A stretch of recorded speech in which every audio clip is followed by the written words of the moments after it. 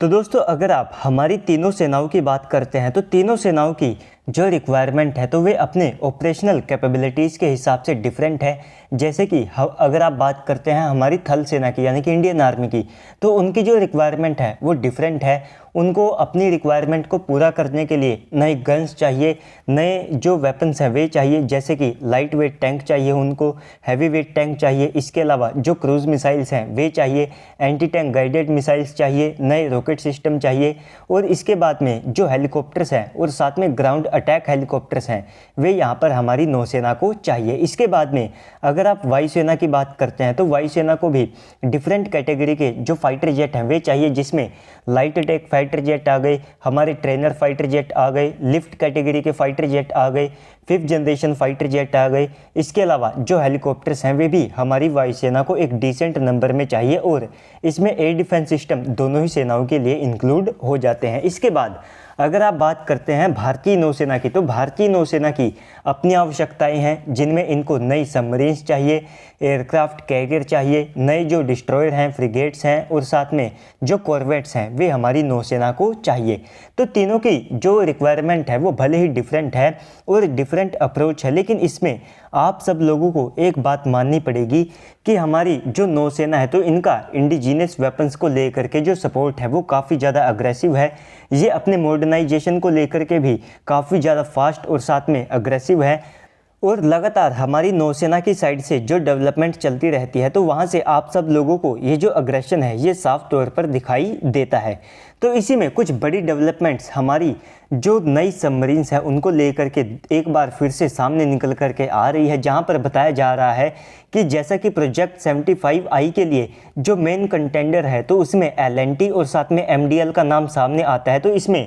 जो MDL है उनके पास में कहीं ना कहीं एक बड़ा अपर हैंड और साथ में एक एज आ चुका है, क्योंकि इन्होंने प्रोजेक्ट 75I के लिए जो मेन ट्रायल्स हैं वे यहाँ पर कंप्लीट कर लिए हैं, और इसके बाद में ये जो सारी इन्फॉर्मेशन है ये भारतीय नौसेना के जो ऑफिशियल्स हैं उनकी साइड से निकल करके आई है कि फाइनली जो हमारा MDL है, जो कि पहले भी सबमरीन्स को लेकर के काफ़ी ज़्यादा अच्छी डेवलपमेंट और साथ में वर्क प्रोग्रेस को कर चुके हैं, तो इनके द्वारा प्रोजेक्ट 75I को लेकर के कुछ जो इम्पोर्टेंट टेस्ट और साथ में ट्रायल्स हैं वे यहाँ पर कंडक्ट किए गए थे, जिनको सफलतापूर्वक कंडक्ट कर लिया गया है।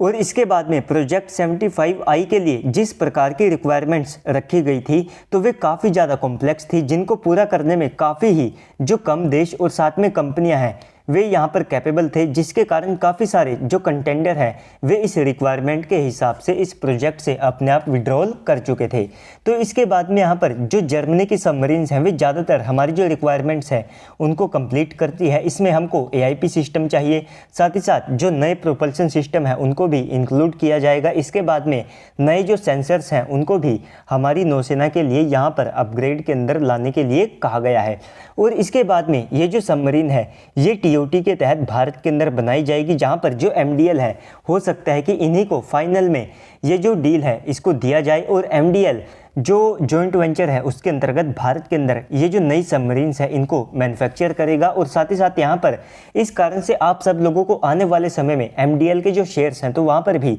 डेफिनेटली अच्छी जो ग्रोथ है वो देखने को मिल सकती है। बाकी यहाँ पर रही बात एक AIP सिस्टम की, तो हमारी नौसेना ने ये रिक्वायरमेंट रखी थी कि हमको एक प्रूवन AIP सिस्टम चाहिए। तो इसको लेकर के भी जो हमारा MDL है इन्होंने अच्छी डेवलपमेंट को किया है, और DRDO भी फाइनली अपना जो AIP सिस्टम है उसको यहाँ पर रेडी कर चुकी है, जिसका कि आने वाले समय में जो इस्तेमाल है वो भारतीय नौसेना की जितनी भी सबमरीन्स है वहाँ पर किया जाएगा। और हमारी नौसेना के द्वारा जो डिमांड रखी गई थी तो उस डिमांड के अंतर्गत जो AIP सिस्टम है वो एक fuel cell based AIP system होना चाहिए। और इसके बाद में यहाँ पर अगर आप इस पूरी डील की बात करते हैं तो इस डील के अंतर्गत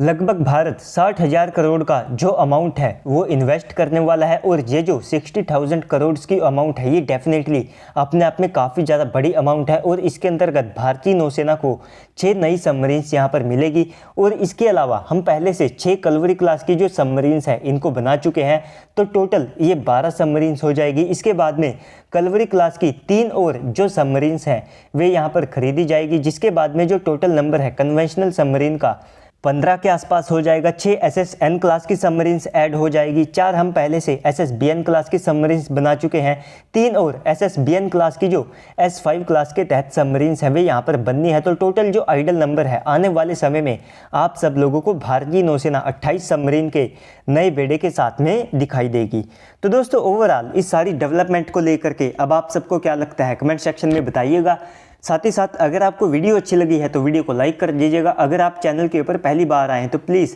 चैनल को भी सब्सक्राइब कर दीजिएगा। तो चलिए दोस्तों आज की इस वीडियो में इतना ही, मिलते हैं अगली वीडियो में, तब तक के लिए गुड बाय, जय हिंद।